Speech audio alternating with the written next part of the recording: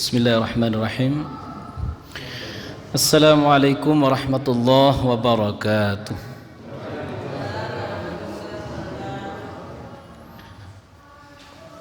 Innal hamdalillah nahmaduhu wa nasta'inuhu wa nastaghfiruh wa na'udzu billahi min shururi anfusina wa min sayyiati a'malina. May yahdihillahu fala mudilla lahu wa may yudlilhu fala hadiya lahu. Asyhadu an la ilaha illallah wahdahu la syarika lah wa asyhadu anna Muhammadan abduhu wa rasuluhu la nabiyya wa la rasula ba'da. Allahumma salli ala Muhammad wa ala ali Muhammad. Allahumma inna nas'aluka ridhaka wal janna wa na'udzu bika min sakhatika wan nar. Allahumma 'allimna ma yanfa'una wanfa'na bima 'allamtana wa zidna 'ilma.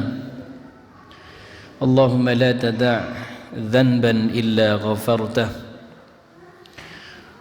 wa la hamman illa farajtah wa la daynan illa qadaytah wa la hajatan min hawaijid dunya wal akhirah illa qadaitaha ya arhamar rahimin. Rabbana taqabbal minna innaka antas samiul alim wa tub alaina innaka antat tawwabur rahim. Para jamaah, para bapak, para ibu, saudara, adik-adik yang dirahmati dan dimuliakan Allah, di malam yang mulia, insyaallah setelah ini nanti ada pengajian lagi, Pak. Iya. Dengan Pak Ustadz Salis PhD, ya. Beliau alumni doktor S3-nya itu di Inggris, yang nanti insyaallah akan membahas tuntas tentang psikologi, ya, iya, dan kesehatan mental dari sudut pandang psikologi. Alhamdulillah, artinya di tempat ini jamaah yang dirahmati Allah, mutiara ilmu, ladang ilmu insyaallah terbuka, insyaallah tersedia sebanyak-banyaknya di tempat di Masjid An-Nur yang merupakan cahaya ilmu ini insyaallah.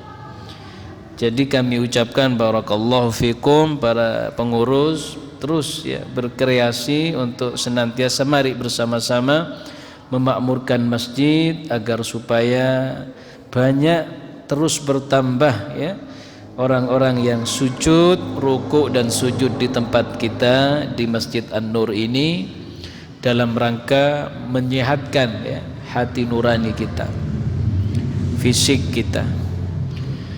Jamaah yang dirahmati Allah, bersyukur kita kepada Allah karena baru saja kita telah melaksanakan ibadah salat, ya, ibadah salat, di mana ibadah ini adalah ibadah yang tidak boleh kita sepelekan, di mana ibadah salat ini adalah ibadah yang tidak boleh kita remehkan. Mudah-mudahan Allah Subhanahu wa taala menerima salat kita, sujud kita. Mudah-mudahan kita dikuatkan, diistiqamahkan oleh Allah untuk tetap terus menjaga salat kita hingga kita kembali kepada Allah, meninggal kembali kepada Allah. Salawat dan salam mudah-mudahan tetap tercurah kepada baginda Nabi Muhammad sallallahu alaihi wasallam yang telah mengajarkan sallu kama raaitumuni usalli, yang telah mengajarkan agar kita memperlama sujud, yang telah mengajarkan agar kita tumaknina, yang telah mengajarkan agar khusyuk, yang telah mengajarkan agar nilai-nilai salat itu membangun pribadi dan keluarga serta masyarakat. Allahumma salli ala Muhammad. Jamaah yang dirahmati Allah, tak lihat ini masjid semakin terang Pak. Dan aura panjenengan juga terlihat berbinar ya. Dan itu bukti dari atharis sujud ya. Bukti dari bekas sujudnya Bapak Ibu sekalian. Tidak ada yang sedih kami perhatikan, semuanya senyum. Ya, insyaallah sesuai dengan doa tadi Pak ya. Sebelum kita ke tema tentang tingkatan bagaimana Al-Qur'an membahas tentang dosa dan kesalahan manusia, maka doa tadi adalah doa agar kita dikabulkan hajat. Gimana doanya Pak yang kita baca bersama tadi? Allahumma la tada'. Ibu hafal. Allahumma la tada' dhanban illa ghafarta. Lah belum pernah baca ini Pak. Oh ini populer Bu. Dan ini harus kita biasakan baca ya. Allahumma la tada' dhanban illa ghafarta wala 'aiban illa satarta wala daynan illa qadaita wala hajatan min hawaijid dunya illa qadaitaha ya arhamar rahim. Apa yang diminta kepada Allah untuk dikabulkan hajat ya Rabb? Allahumma la tada' dhanban illa ghafarta. Ya Allah, jangan engkau tinggalkan kepada kami dhanban dosa kecuali engkau telah mengampuni. Ini Pak yang kita minta Allah subhanahu wa ta'ala agar mengampuni dosa kita. Ini yang diminta oleh Nabi pertama kali. Allahumma la tada' dhanban illa ghafarta wa la 'aiban illa satarta. Kemudian yang kedua, dan jangan engkau tinggalkan aib kami kecuali engkau ya Allah telah menutup aib itu sehingga tidak terbuka lagi, kemudian kami tidak malu ya. Wala hamman illa farrajta. Apa ham? Kesusahan, kesedihan, kecuali farrajtahu, kecuali engkau lepaskan kami dari kesusahan dan kesedihan itu ya. Wala dainan illa qadaitaha. Hutang piutang kami, yang punya hutang ya Allah, jangan engkau tinggalkan hutang bagi kami dan keturunan kami kecuali engkau telah menyempurnakan pembayarannya. Wala hajatan min hawaijid dunya wal akhirah illa hiya laha illa qadaitaha ya arhamar rahimin. Dan tidak juga hajat-hajat dunia dan akhirat kecuali engkau telah memenuhinya ya rabbal alamin ya arhamar rahimin. Begitu Pak ya. Yang diminta kepada Allah pertama adalah ampunan dari dosa.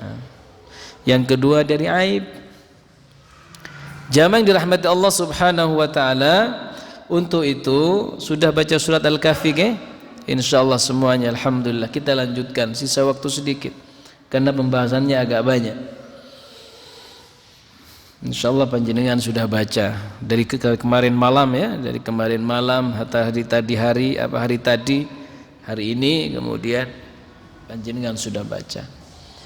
Jamaah yang dirahmati Allah subhanahu wa ta'ala, kenapa ampunan ini kita minta kepada Allah agar dosa agar Allah ampunkan. Kemudian yang kedua agar aib cacat-cacat kita ini Pak ya Allah, kita ini Pak, kata Abdullah Gimnastiar Al-Ustadz Kiai Haji A'agim, kalau bukan karena belas kasih Allah, kalau ditampakkan aib kita ini Pak, kata beliau, itu lebih ngeri Pak dari isi perut kita. Seperti perut misalnya, perutnya manusia itu kemudian transparan gitu. Apa yang terlihat? Menjijikkan. Begitu juga dengan aib manusia. Karena itu songkok, baju, celana, sarung panjenengan, mukena panjenengan, jilbab sampai ke bawah kaos kaki panjenengan itu hanya casing. dan terlihat masya Allah indah. Innallaha jamil yuhibbul jamal. Innallaha tayyib la yaqbalu illa tayyib. Allah itu indah, maha indah. Allah itu tayyib, tidak menerima kecuali yang baik-baik. Karena itu kita mencoba mengikuti aturan. Tetapi kalau bukan karena rahmat dan pertolongan Allah, maka akan tampak itu aib-aib dan kekurangan cacat kita, sehingga manusia lain itu tidak akan mau mendekat dengan kita. Karena itu kita meminta kepada Allah, Rabbana Allahumma la tada' dhanban illa ghafartah. Dosa-dosa kami yang menggunung ya Allah, jangan Engkau tinggalkan kecuali Engkau telah mengampuni. Wala aiban illa satartahu. Dan tidaklah aib-aib kami yang sudah cacat ini seumur hidup, banyak sekali cacat kami, kekurangan kami. Kalau bukan karena Antas Sattar, Engkau yang maha menutupi aib-aib makhluk hambamu, maka malu kami, jijiklah orang-orang untuk melihat kami. Jamaah dirahmati Allah, agar kita tidak jijik orang itu melihat, kemudian kita tidak malu dengan aib-aib kita di hadapan Allah, kami tanya panjenengan, apa yang harus kita lakukan? Apa yang harus kita lakukan, Bu? Bu Nur ini bisa jawab. Yang harus kita lakukan adalah firman Allah di surah Al-Qalam. Ini kami jelaskan sebelum kami membahas tentang dosa. Ya, kami muqaddimah tentang bagaimana agar kita tidak malu dengan dosa kita, agar Allah ampuni dosa kita dan kita tidak membawa cacat di hadapan makhluk lain nantinya di yaumul hisab. Maka Allah firmankan, a'udzubillahi minasyaitonir rajim. Masya Allah, ini ayatnya. Yauma yukshafu an saqin wa yud'auna ila as-sujud wa yud'auna ila as-sujud fala yastati'un. خاشعة أبصارهم ترهقهم ذلة وقد كانوا يدعون إلى السجود وهم سالمون. Al-Qalam, silakan yang bawa mushaf, ayat 42-43, dua ayat. Apa kata Allah Subhanahu wa ta'ala? Jamaah, ingatlah yauma, pada hari, yukshafu an sakin, ketika betis itu disingkapkan. Apa maksudnya? Menggambarkan keadaan orang yang sedang ketakutan, yang hendak lari karena hebatnya ahwal huru-hara kiamat. Disingkap, mau lari. Ini kata Imam As-Sa'di dalam tafsir As-Sa'di, ahwalu yaumil qiyamah, zalazil yaumil qiyamah. Yauma yukshafu an saqi wa yud'auna ila sujud, kemudian mereka diseru untuk bersujud, fala yastati'un, maka mereka tidak mampu bersujud. Apa sebab, jamaah yang dirahmati Allah? Khashi'atan absaruhum tarhaquhum dhillah, pandangan mereka tertunduk ke bawah, tarhaquhum dhillah, adzil, diliputi dengan kehinaan.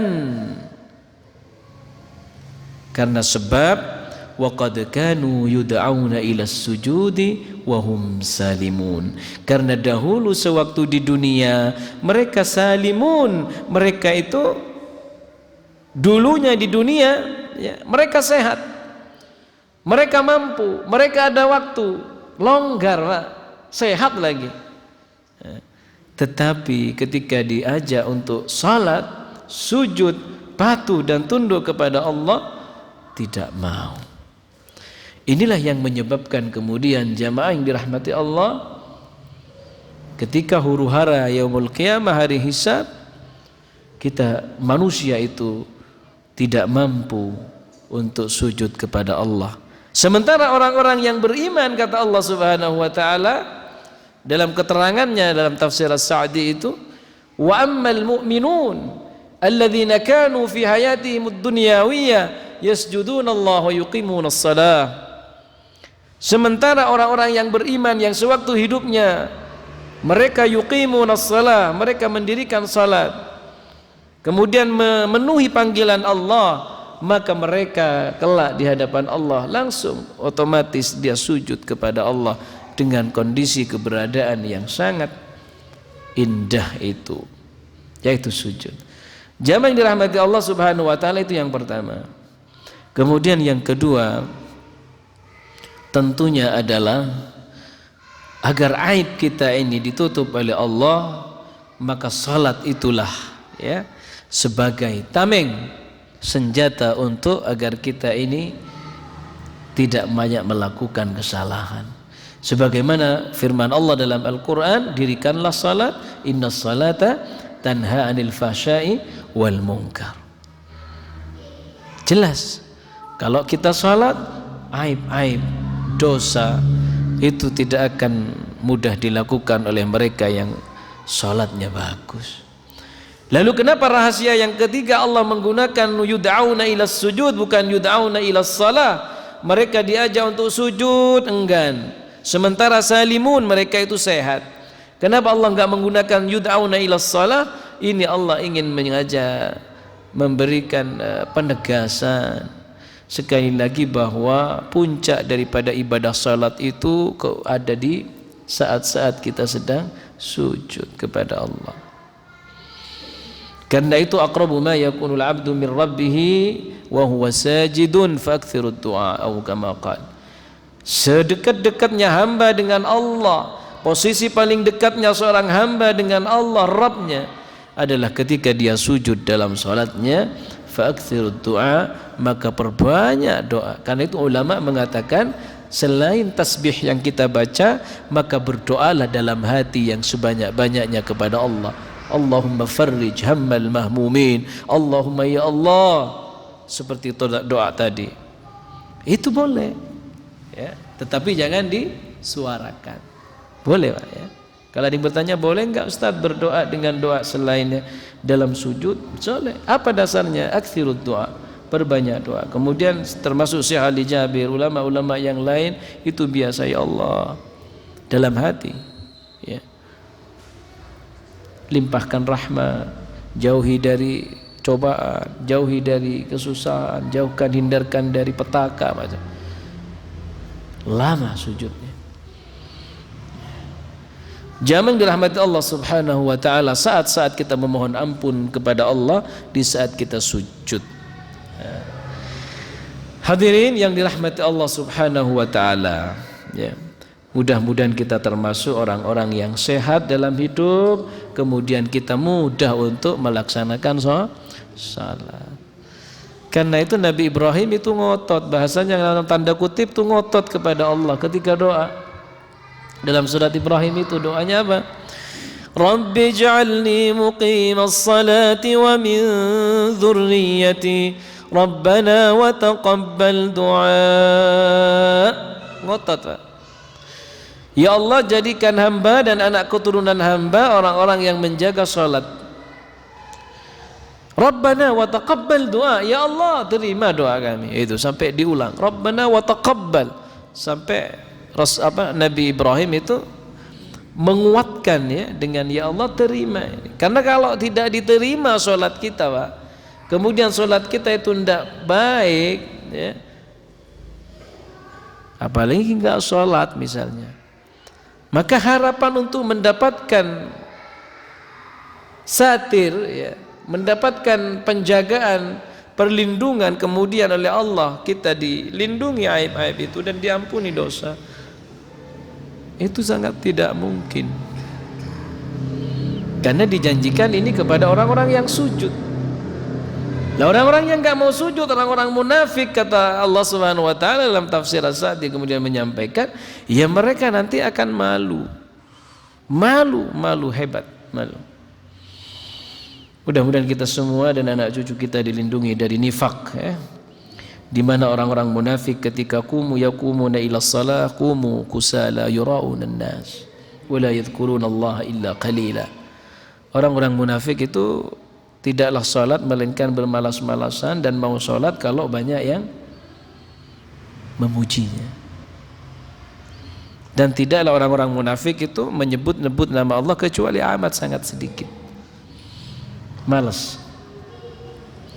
Zaman dirahmati Allah, kemudian kita masuk pada materi tentang bagaimana Al-Quran menjelaskan tentang tingkatan-tingkatan dosa manusia itu, dosa seorang hamba.